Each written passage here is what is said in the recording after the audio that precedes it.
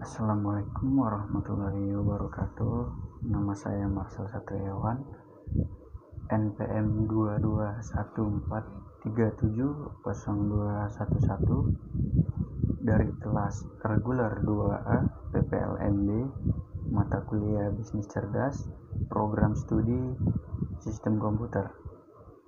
Di sini saya akan menjelaskan tentang salah satu materi bisnis cerdas, yaitu Customer Analytics. Customer, apa sih itu customer? Customer adalah seseorang atau kelompok maupun suatu perusahaan yang membeli atau melakukan penerimaan jasa terhadap suatu kegiatan ekonomi.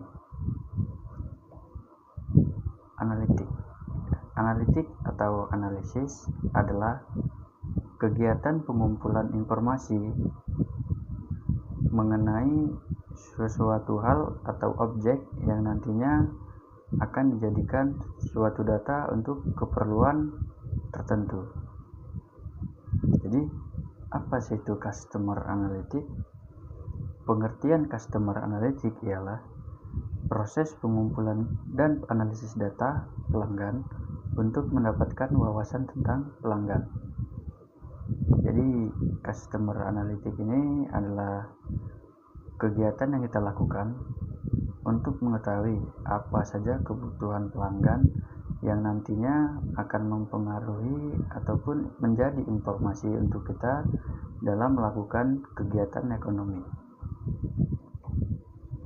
Tujuannya yaitu untuk menentukan strategi bisnis ataupun pemasaran yang akan dilakukan ke depannya berdasarkan informasi yang sudah didapatkan terkait target pelanggan suatu perusahaan. Jadi setelah kita melakukan analitik customer tadi, tujuannya adalah untuk strategi bisnis ataupun pemasaran yang akan kita lakukan. Jadi karena kita sudah mendapatkan informasi yang dibutuhkan, itu akan mempermudah kita menjalankan strategi bisnis sesuai kebutuhan yang kita mau.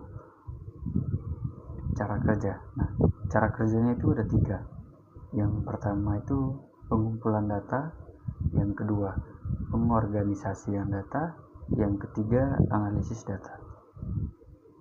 Pertama, pengumpulan data. Pengumpulan data ini itu metodenya ada 5. Metode pertama itu ada namanya demografi. Nah, apa itu demografi? Jadi demografi itu semacam kita mencari tahu sesuatu informasi mengenai kependudukan. Bisa itu dari umurnya, bisa itu dari gendernya, bisa itu dari ekonominya, penghasilannya, ataupun imigrasi yang dilakukan kependudukan tersebut. Nah, sebagai contoh, kita memiliki bisnis yang ada di 2 cabang, 2 distrik berbeda. Distrik A, cabang pertama, di situ kependudukannya orang-orang yang standar, orang-orang yang penghasilannya UMR dan tidak terlalu di atas rata-rata dalam penghasilannya. Sudah pasti cabang yang kita buat di daerah tersebut akan menyesuaikan dengan penghasilan yang dihasilkan kependudukan dari distrik A. Nah, jadi harga pasar yang kita tempatkan di distrik A itu sudah pasti berbeda dari distrik B cabang kedua. Nah, jadi kenapa berbeda? Karena di distrik B ini cabang kedua kita ini itu orang-orangnya orang-orang yang penghasilannya sudah di atas rata-rata, di atas UMR. Dari mana kita tahu? Ya ini, dari pengumpulan data demografi ini kita tahu distrik B ini itu adalah tempatnya orang-orang yang memang penghasilannya lumayan. Jadi bisnis yang kita jalankan di distrik B ini cabang kedua sudah pasti harga pasar yang kita jatuhkan dalam distrik kedua kita ini, bisnis cabang yang kedua, itu pasti berbeda dari yang pertama, karena dari segi kependudukan penghasilannya saja sudah berbeda, nggak mungkin kita samakan. Nah, yang kedua itu riwayat pembelian. Metode riwayat pembelian itu adalah catatan pembelian harian ataupun bulanan maupun tahunan yang telah tercatat dalam riwayat bisnis kita ya. Misalnya kita ini melakukan usaha, kita sebut jualan nasi goreng lah ya. Jadi dalam penjualan ini sudah pasti ada catatan harian, penghasilan, pengeluaran yang telah dilakukan dalam sehari-harinya. Nah, di riwayat pembelian ini kita itu bisa tahu, semisal dalam satu minggu di hari Senin dan hari Selasa itu pembeliannya cuma dapat 50 pelanggan, dan di hari Rabu sampai hari Jumat itu ada di 100 pelanggan, dan di hari Minggu bisa menyentuh angka 200 pelanggan. Nah, itu adalah salah satu data juga yang dibutuhkan dalam customer analytic ini. Nah, yang ketiga itu ada namanya aktivasi web dan media sosial. Nah, di era sekarang ini, era digital itu sudah semakin canggih. Kita sudah bisa mengakses banyak hal dengan mudah, terutama di era digital dalam dunia ekonomi. Nah, dalam dunia ekonomi ini ada banyak kemudahan yang dilakukan dalam media sosial. Sebagai contohnya itu adalah promosi dalam media sosial itu disebut digital marketing. Nah, jadi sebagai contohnya kita punya usaha yang dimana di usaha ini kita juga punya media sosial, Instagram lah sebagai contohnya.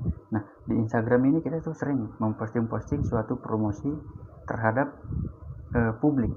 Kepada publik kita mempromosi apa yang telah kita punya dalam kegiatan bisnis kita.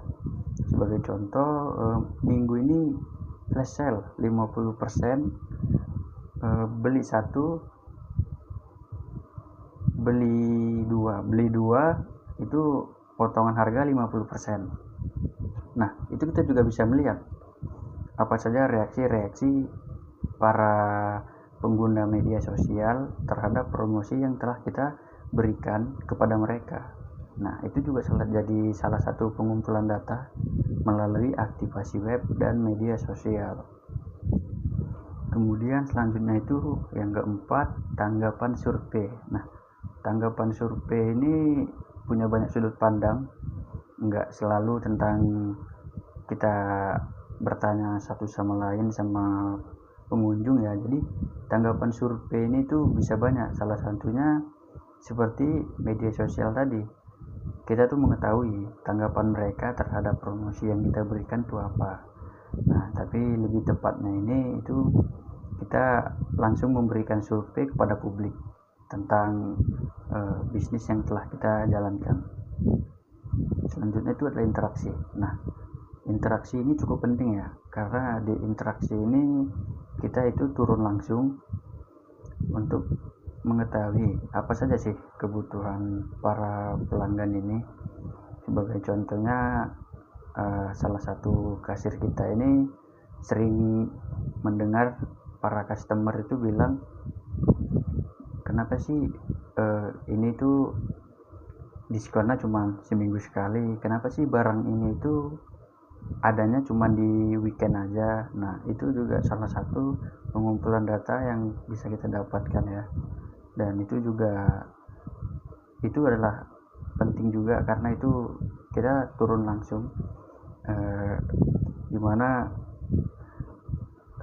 dari interaksi ini informasi yang kita dapat itu langsung dari para pelanggannya. Nah, selanjutnya yang kedua itu adalah pengorganisasian data. Di pengorganisasian data ini yang perlu kita lakukan yaitu menyusun dan memformat data dengan terstruktur agar mudah dianalisis. Jadi tadi kita kan sudah melakukan yang namanya pengumpulan data. Jadi di pengumpulan data ini kita sudah dapat banyak informasi yang kita dapat. Nah, Dari informasi yang kita dapat tadi, itu kita struktur dari kerangka kerja. Di kerangka kerja ini kita sebagai contohnya yang pertama itu seperti tadi demografi. Kita sudah dapat nih datanya demografi. Dan di demografi itu rata-rata penghasilan di distrik A tuh segini, terus di distrik B itu segini. Nah, selanjutnya ada di riwayat pembelian dan aktivasi web, tanggapan survei, interaksi. Jadi semua itu kita susun sedemikian rupa terstruktur agar mudah dianalisis. Selanjutnya, setelah kita melakukan struktural terhadap data yang kita punya, selanjutnya kita melakukan yang ketiga, analisis data. Nah, ini yang terakhir, tools customer analytics dapat membantu perusahaan memahami data yang telah dikumpulkan serta dapat menampilkan informasi dalam bentuk bagan dan grafik. Misalnya, dapat menggabungkan demografi, riwayat pembelian, target pelanggan, dan info media sosial. Perusahaan dapat memperoleh wawasan atau informasi akurat dari hasil tersebut dan menggunakannya untuk membuat keputusan bisnis yang lebih tepat. Nah, jadi di analisis data ini kita tahu tuh apa saja kekurangan dari bisnis yang telah kita jalankan dan apa saja kelebihan dari bisnis yang telah kita jalankan, serta kita juga tahu langkah ke depannya kita mau melakukan apa. Dari mana? Dari analisis data yang telah kita lakukan. Sebagai contohnya, kita punya minimarket. Nah, di minimarket ini pada bulan pertama itu pada awal bulan itu stok susu, Pampers itu sering habis, cepat habisnya. Nah, sedangkan di akhir bulan itu penjualan terhadap susu dan Pampersnya itu tidak terlalu cepat habis dan masih ada tersedia stoknya. Nah, itu apa yang akan kita lakukan selanjutnya? Ya, kita tahu dari data analisis yang telah kita lakukan bahwasannya seperti demografi tadi, penghasilan yang dihasilkan di awal bulan itu sudah pasti lebih banyak karena itu adalah awal-awal orang menerima gaji. Sedangkan di akhir bulan penghasilan mereka itu sudah tersisih oleh beberapa kebutuhan untuk mereka ya. Nah, jadi di analisis data ini kita sudah tahu apa sih yang mau kita lakukan ke depannya, apa sih kekurangan dari bisnis kita dari analisis data ini. Dari customer analytics ini kita tuh lebih mementingkan apa kebutuhan dari customer kita dan tujuannya juga untuk kepentingan bisnis kita, yang dimana bisnis kita bisa jadi lebih maju, bisnis kita itu jadi lebih tahu, lebih bersahabat kepada customernya karena kita mengerti apa saja kebutuhan customer, apa saja yang diperlukan customer dari awal dia di bulan pertama hingga dari akhir bulannya. Itu sebagai salah satu contohnya ya. Kemudian ini adalah salah satu toolsnya ya. Sebenarnya analisis data ini, tool customer analysis ini tuh ada banyak, tapi saya memberikan salah satu contohnya aja, dan contohnya itu adalah Google Analytics. Nah, di Google Analytics ini ada banyak toolsnya, ada banyak juga sub fungsi yang ada di home-nya ini ya. Mungkin bisa lebih dicermati aja sendiri, karena kalau dijelaskan saya juga kurang tahu ini. Karena Google Analytics ini sebenarnya inilah tools template bawaan dari Google-nya, tapi sebenarnya ada juga kita nggak harus memerlukan tools, tapi kita tahu kerangka kerja yang telah kita lakukan, terus ke format-format data yang telah kita kumpulkan, kemudian kita analisis. Sebenarnya itu juga bisa manual dan nggak harus dari tools yang ada di internet ya. Oke, mungkin itu aja presentasi dari saya, kurang lebihnya saya mohon maaf dan terima kasih. Assalamualaikum warahmatullahi wabarakatuh.